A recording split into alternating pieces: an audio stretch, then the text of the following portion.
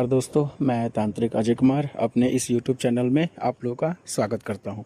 दोस्तों, हमने कई सारी ऐसी साधना की जानकारी हमने आप लोगों को दे रखा है और काफ़ी मुझे बहुत अच्छा लगा कि आप लोग साधना पे बहुत अच्छी तरीके से मेहनत कर रहे हैं।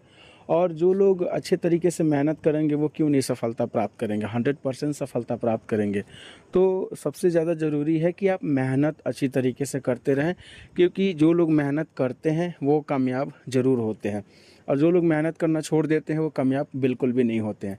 उसी तरीके से आज मैं आप लोगों को एक नाभि दर्शन अप्सरा की साधना के अनुभव में आप लोगों को शेयर करने वाला हूँ कि मेरे को एक साधक ने मुझसे कहा कि गुरुजी, जब हम नाभि दर्शन अप्सरा की साधना करते हैं तो उस शक्ति की क्या अनुभव रहते हैं, वो शक्ति क्या अनुभव दिखाती है और किस तरीके से वो साधना सिद्ध होती है, ज़रा हमें विस्तार से हमें बताइए।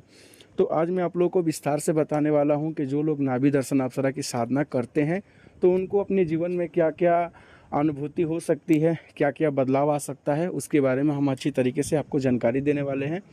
तो जो लोग हमारे चैनल में नए हैं, हमारे चैनल को सब्सक्राइब जरूर करें और वीडियो को बिना स्किप किए ध्यान से सुनिएगा तो अच्छी तरीके से आप लोगों को पता चलेगा कि साधना किस तरीके से किए और क्या अनुभव हुए, हम आप लोगों को विस्तार से बताने वाले हैं। देखिए, साधना जो है, आप नॉर्मली किसी भी शुक्रवार, किसी भी पूर्णिमा या फिर विशेष दिन जैसे कि अपना होली, दिवाली, नवरात्रि पे ये साधना को अच्छी तरीके से किया जाता है। साधना को आप एकांत कमरे में भी बैठ के कर सकते हैं, छत के ऊपर भी बैठ के कर सकते हैं, या फिर अगर आप घर से बाहर अगर कहीं ऐसी जगह है जहाँ पे आपको कीड़े मकोड़े जो होते हैं ना, वो परेशान ना करते हो, मच्छर परेशान ना करते हो और मतलब जो जानवर वगैरह हैं तो वो परेशान ना करते हो, तो आप घर से बाहर भी आप ऐसी अगर जगह है तो आप साधना कर सकते हैं। साधना में आपको नियमित रूप से जो भी सामग्री लगती है, आप साधना की सामग्री आप लेके आओगे अच्छी तरीके से। अपना जो भी नॉर्मली सामान जैसे धूप दीप, अपना मिठाई, भोग प्रसाद, इत्र जितनी भी सामग्री लगती है तो आप लोग लेके आओगे, साधना करोगे। साधना करने के बाद से पहले दिन कोई भी शक्ति अनुभूति नहीं होती है, क्योंकि हो सकता है साधना में पहले दिन थोड़ी बहुत गलती हो जाए। संकल्प बराबर लेना है कि हमें कितना दिन की साधना करनी है, कितना मंत्र का जाप करना है, आपको किस रूप में साधना करनी है और कहाँ से हो, क्या नाम है, अच्छी तरीके से पूरी डिटेल दे के आपको संकल्प लेनी है और आपको साधना करनी है। जब आप साधना करोगे तो पहले दिन कोई भी शक्ति अनुभव नहीं देती है, हो सकता है दूसरे दिन भी शक्ति अनुभव ना दे, बट तीसरे दिन जो शक्ति अनुभव देती है वो सबसे पहले क्या करती है, आपको सपने के माध्यम से, जब आप साधना करते हो फिर वहीं पे आप सोते हो। क्योंकि साधना का नियम का अनुसार जो व्यक्ति अगर साधना करता है, जो भी साधक साधना करता है, तो जहाँ साधना करेगा वहीं पे सोएगा। ठीक है, तो जब आप साधना करते हो तो तीसरे दिन सपने के माध्यम से शक्ति आपका पहले टेस्ट लेती है।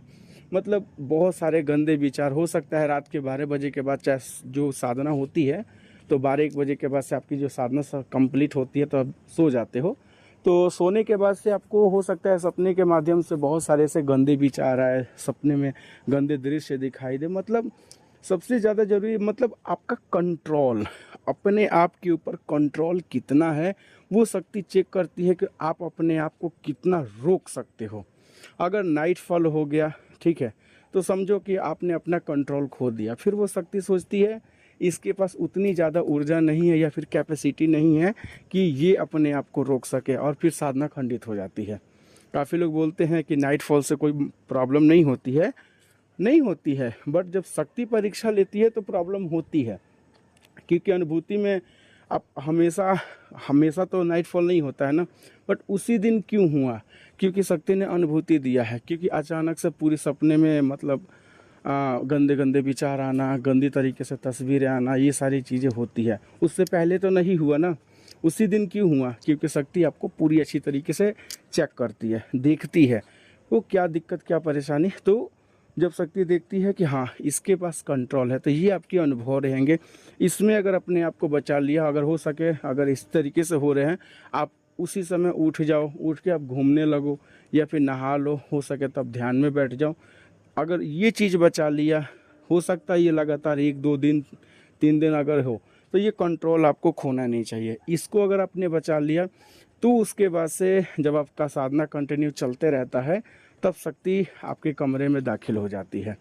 जैसे कि आप जब पूरी अच्छी तरीके से जब साधना करते हैं, पूरी अच्छी तरीके से ध्यान करते हैं, मंत्र को पूरी अच्छी तरीके से जाप करते हैं, तो शक्ति आपको पायल की आवाज़ आना, क्योंकि जब वो चलेगी तो आपको पायल की 100% आपको सुनाई देगा कि हाँ मुझे पायल की आवाज़ आ रही है। सुगंध तो इतना कमरे में होगा कि आप घर से बाहर भी अगले दिन घूमोगे ना तो आपके शरीर से खुशबू आएगी। इस प्रकार से अनुभव होते हैं।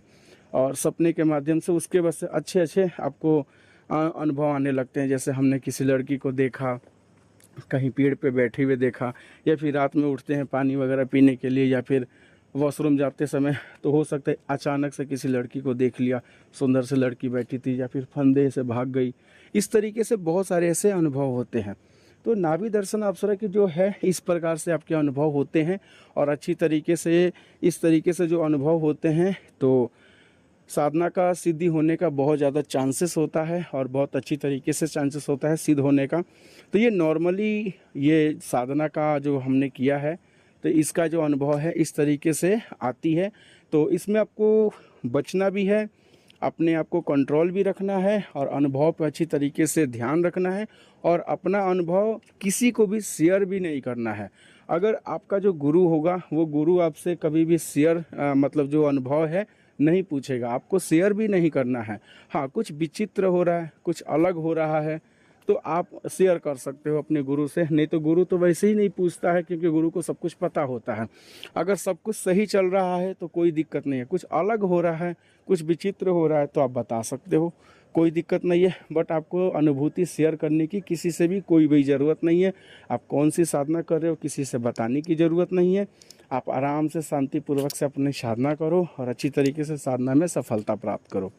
तो ये रहा एक छोटा सा नाभि दर्शन अप्सरा का अनुभव जो आप लोगों को हमने बताया है, जानकारी दिया है। तो किसी भी व्यक्ति को नाभि दर्शन अप्सरा की साधना करनी होगी तो आप हमारे नीचे दिए हुए नंबरों पर कॉल करके आप हमसे बात कर सकते हैं, और इसकी साधना संपूर्ण तरीके से हमसे जानकारी लेके और इसकी साधना आप कर सकते हैं। और अपनी जो भी है जीवन में जो भी परेशानी है, दिक्कत है, उसको अच्छी तरीके से ठीक कर सकते हैं शक्ति के मदद से, क्योंकि शक्ति आपकी बहुत अच्छी तरीके से मदद करती है ताकि आप अपने जीवन में बदलाव ला सकें और अपनी जीवन को बहुत अच्छी तरीके से बेहतर बना सकें। ठीक है दोस्तों, मिलते हैं अगली वीडियो में।